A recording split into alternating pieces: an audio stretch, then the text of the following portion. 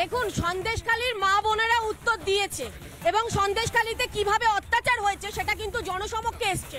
সন্দেশখালীর ওখানে তৃণমূলের কোনো বেস নেই এই মুহূর্তে দাঁড়িয়ে, তাই পুলিশকে দিয়ে ভয়ানক ভাবে তাদেরকে ট্রেনিং দিল। এই কাজ হবে না, কারণ ভারতীয় জনতা পার্টি ভয় পায় না। ভারতীয় জনতা পার্টি নিজেদের জন্য লড়াই করছে না, সন্দেশখালীতে পুনরায় গণতন্ত্র ফিরিয়ে আনার জন্য ভারতীয় জনতা পার্টি লড়াই করছে। জানতে চাই দাদা, একটা প্রশ্নের উত্তর দিন।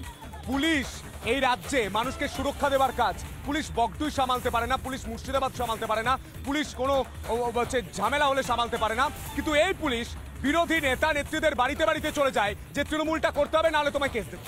এই মুহূর্তে দাঁড়িয়ে পশ্চিমবঙ্গের পুলিশ একটা ফ্রাস্ট্রেটেড অবস্থায় রয়েছে, তারা বুঝতে পারছে না তারা কি করবে। আপনি সুরক্ষার কথা বলছেন, তারা তো নিজের পরিবারের সুরক্ষাটাও রাখতে পারছে বলে মনে হচ্ছে না, এবং এই ক্ষেত্রে দাঁড়িয়ে অধিকাংশ পুলিশের মেরুদণ্ডকে বিক্রি করে ফেলতে হচ্ছে। এই হচ্ছে অবস্থা। এই মুহূর্তে দাঁড়িয়ে যদি সরকারের বলছে এদের আমলে ডিসি খুন হয়ে গেছিল, তার দেহরক্ষী খুন হয়ে গেছে, লজ্জা করে না? আমাদের সময় পুলিশের ইউনিয়ন ছিল, পুলিশ কথা বলতে পারতো। পুলিশকে যখন ট্রেনিং করে তখন তৃণমূলের প্রশাসন কি করে? কমান্ডার পুলিশের মা বোনকে গালাগাল করেছে। কি করেছে? কি করেছে পুলিশ?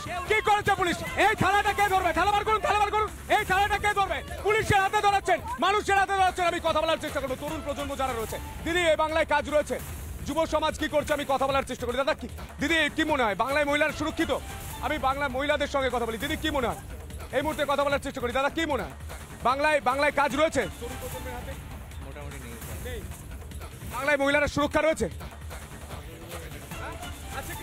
কথা বলতে হবে, এত ভয় পাচ্ছে এই বাংলার মধ্যে। দাদা কথা বলার চেষ্টা করি, কি বলবেন দাদা, কি বলবেন? বাংলায় সুরক্ষা রয়েছে, কাজ রয়েছে? অনেকেই কথা বলছেন, অনেকেই কথা বলার চেষ্টা করছি, কথা বলছেন না। আমি পরিষ্কার জানার চেষ্টা করছি রাজুদা, একটা প্রশ্নের উত্তর দিন। পুলিশের মানটা কোন জায়গায় নেমে যাবে?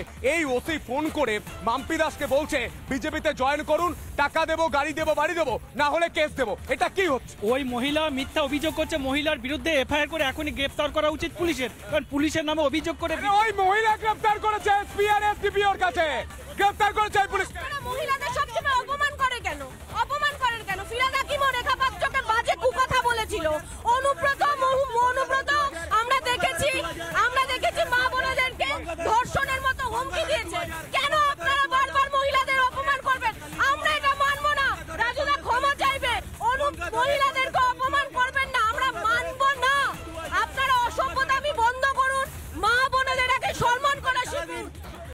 নানা ধরনের কন্টেন্ট দেখার জন্য লাইক করুন, শেয়ার করুন আমাদের ফেসবুক পেজ, সাবস্ক্রাইব করুন আমাদের ইউটিউব চ্যানেল।